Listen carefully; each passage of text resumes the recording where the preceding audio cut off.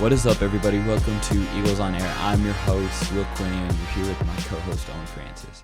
Today, we're finally going to start talking about Liberty sports. So, we're going to start off with track and field.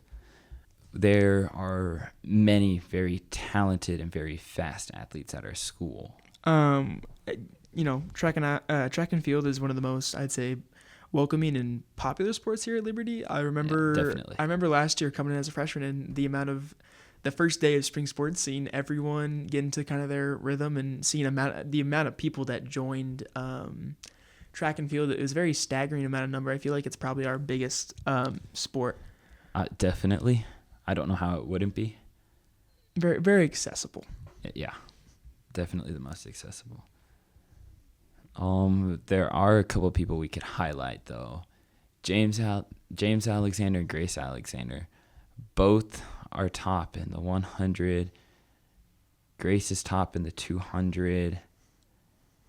Then is Faith Alexander and Grace, are they siblings? Yes, all the Alexanders are siblings. Well, it looks like on, at least for records of wise, Grace Alexander is a top last year in 2025 on the 100 running a 11.96, and her sister running a 12.97, being third, while Grace is first. So there's obviously, it seems like that family is very talented in the track side of the world. Definitely.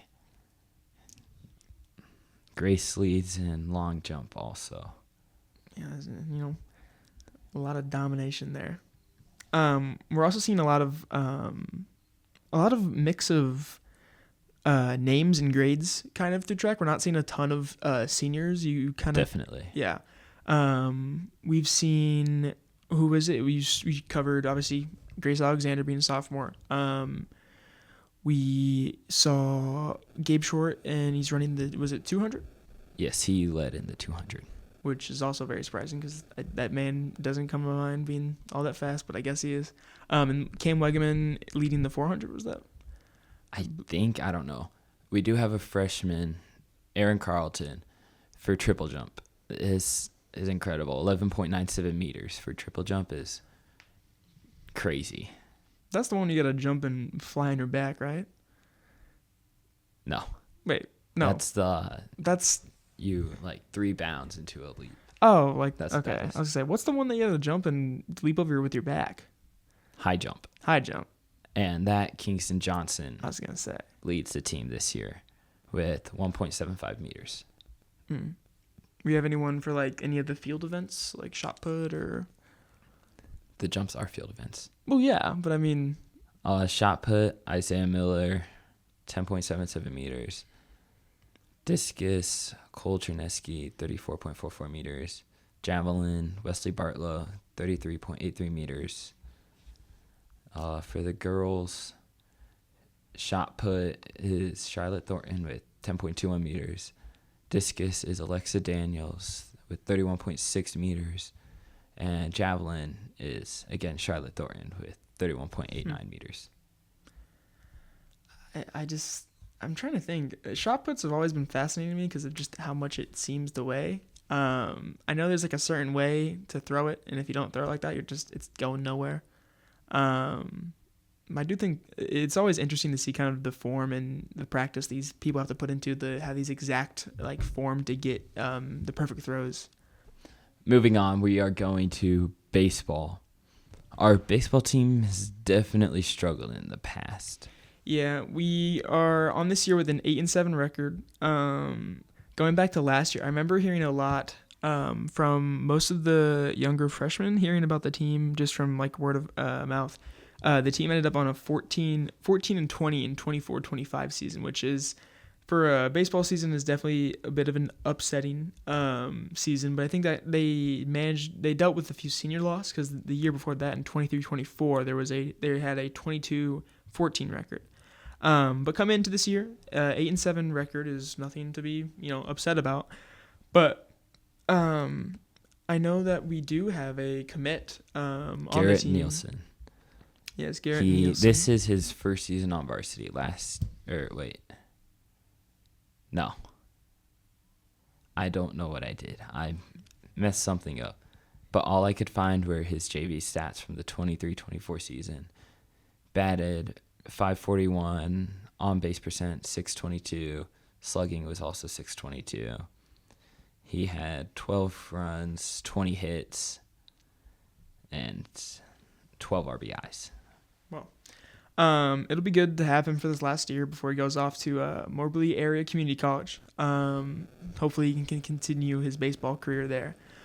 But looking at it, hopefully the boys baseball team can kind of have a bit of a promising future to say. I know we have a lot of possibly sophomores that are coming up with the team, so hopefully we can see a bit of a resurgence of the baseball team here soon.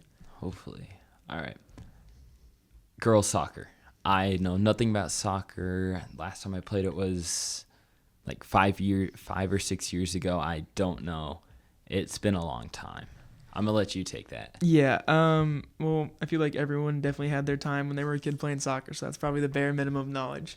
I know that from at least our boys' soccer side, we've always had a very, very good soccer program. It seems to be continuing that with our girls' side as well. I got this chance to talk with Coach Kleekamp for the varsity girls team, and we were just talking about like formation and the kind of the players to kind of look for. She said that they play a 4-3-3 formation, which is four in the back, 3 in the middle, 3 in the front. They have a very like kind of offensive game plan though. They like to force attack, get shots. Very, very high pressure team. They sometimes change their formation to a 3-5-2, which is just moving a player from the front back to have more of I'd say probably more of an offensive control on the ball in the middle. But yeah, she did state how a lot of the team is very offensive minded. So that they enjoy to control the ball and be able to make plays without having to give it up. Possession is very important for an offensive team because without the ball, then obviously you can't really do anything that you'd want to. They've also noticed that like their defense, their defense has been very solid this year. It's just that you would need a very strong defense to be able to complement your very strong attacking offense. Because if those two don't work together, an offense and a defense, your entire team could kind of falter on one counterattack. But they really like to attack the ball. They like to possess the ball. In talking about players, we have Annie Swift, who is a commit to Culver Stockton University that we covered a little bit. She seems to be the only senior committing for at least soccer. We also have other few commits that are juniors, so hopefully they have one more year. Yeah. She was talking about how there's Sophie Means committed to SEMO junior, and then Reese Hoffman committed to Missouri State University, and oh god, Leah, I feel so bad. Go have a crack at it. Leah Chernesky, there you go. Going to Drury University.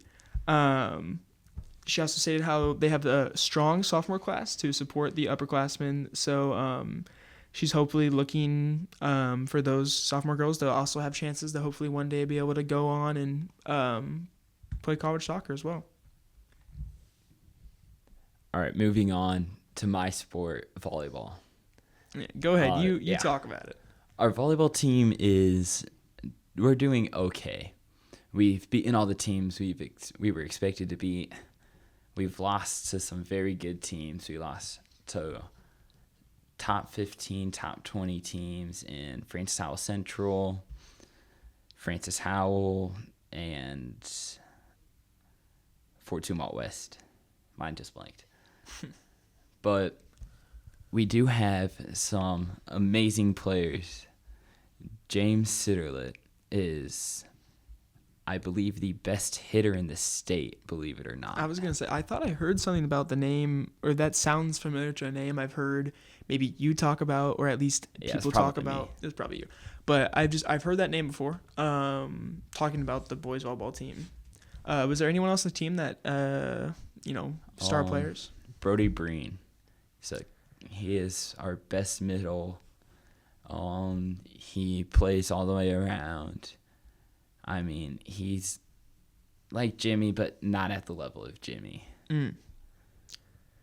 Is there anyone committing on the volleyball team? We would have one commit if he was playing this year. Caden Stumbaugh. He unfortunately could not play this year. And he was a very good middle. He had, last season on varsity, he had 45 kills, 21 blocks, 12 assists, 9 solo blocks, which is crazy. He's a very solid player, and he is going to Eureka College.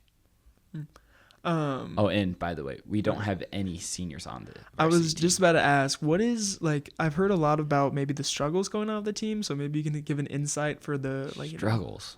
Struggles. I mean, like, getting together with the team and not having any, like, seniors, basically, that can maybe be, like, a bit of a leadership problem. I just kind of want to get an insight for that.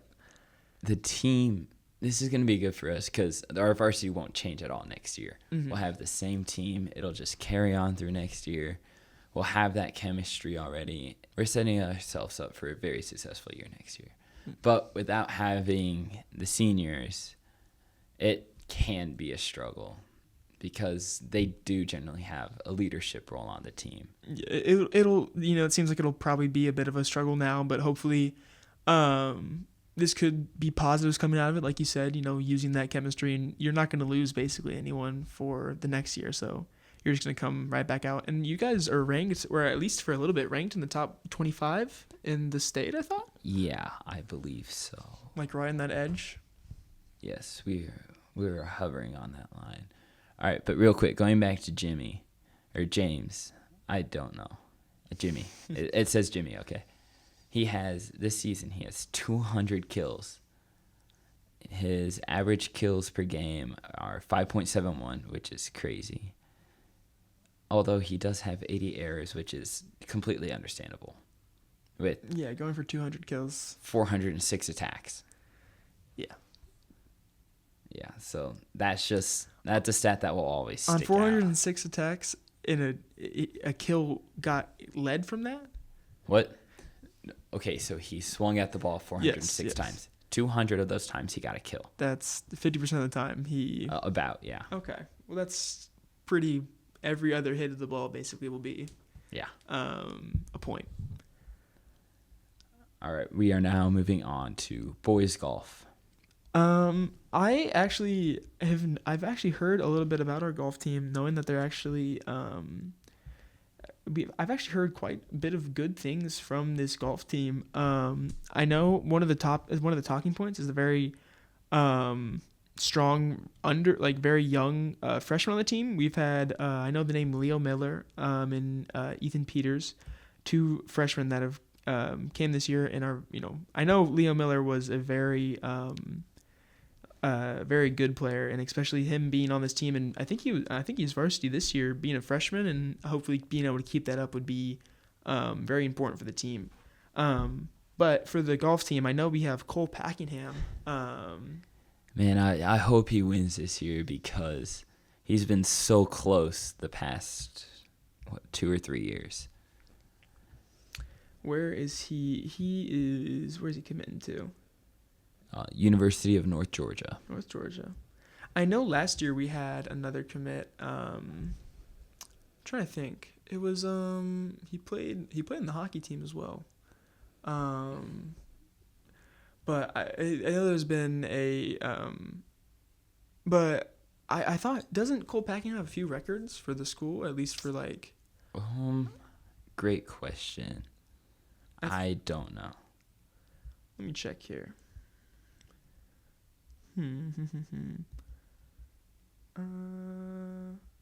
Golf. 2025 on April 16th, it looks like Cole Packingham had the best or a record for a par 70 course. Shot 7 under. 7 under for a high school is quite an impressive feat. But on this entire all these record lists for everything here, it shows a lot of Cole Packingham. Yeah, he's our best golfer in a long time. Well, I think. I don't know.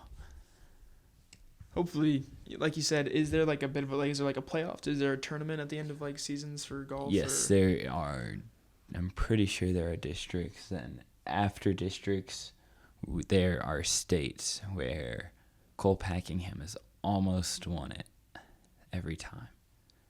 So hopefully he's able to go out on top in his last year and able to win some before he goes off to was it Northern Georgia College or just North Georgia College?